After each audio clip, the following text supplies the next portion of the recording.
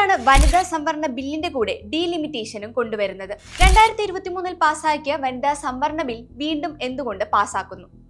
2024 തെരഞ്ഞെടുപ്പിൽ ഈ 33% വനിതാ സംവരണം നടപ്പിലാക്കാൻ യൂണിയൻ ഗവൺമെന്റ് ആണ് സമ്മതിക്കാതിരുന്നത്. അതേ സർക്കാർ തന്നെ 2029 തെരഞ്ഞെടുപ്പിൽ നടപ്പിലാക്കണമെന്നും ആവശ്യപ്പെടുന്നു. ഡീലിമിറ്റേഷന്റെ ലക്ഷ്യം ശരിക്കും എന്താണ്? 1971 സെൻസസ് അനുസരിച്ചുള്ള മണ്ഡല ക്രമീകരണമാണ് രാജ്യത്ത് ഇപ്പോഴുള്ളത്. തെക്കൻ സംസ്ഥാനങ്ങളിൽ ജനസംഖ്യ സ്റ്റെബിലൈസ് ആയപ്പോൾ വടക്കൻ സംസ്ഥാനങ്ങളിൽ ജനസംഖ്യാ വർധനവാണ് ഉണ്ടായത്. പുതിയ സെൻസസ് അടിസ്ഥാനത്തിൽ മണ്ഡലങ്ങൾ തിരിക്കുമ്പോൾ വടക്കൻ സംസ്ഥാനങ്ങൾക്ക് കൂടുതൽ സീറ്റുകൾ ലഭിക്കുകയും തമിഴ്നാട്, കേരളം, കർണാടക, ആന്ധ്രാപ്രദേശ് പോലുള്ള തെക്കൻ സംസ്ഥാനങ്ങളുടെ രാഷ്ട്രീയ സ്വാധീനം കുറയുകയും ചെയ്യും. ജനസംഖ്യാ നിയന്ത്രണത്തിൽ വിജയം കണ്ട സംസ്ഥാനങ്ങൾക്ക് ഇതൊരു തിരിച്ചടിയാണ്. യഥാർത്ഥത്തിൽ വനിതാ സംവരണ ബില്ലിന്റെ മറവിൽ ഡീലിമിറ്റേഷൻ കൊണ്ടുവരികയാണ്. ശരിക്കും വനിതാ സംവരണം കൊണ്ടുവരണമെന്നുണ്ടെങ്കിൽ 2024 തെരഞ്ഞെടുപ്പിൽ തന്നെ നടപ്പിലാക്കാമായിരുന്നു.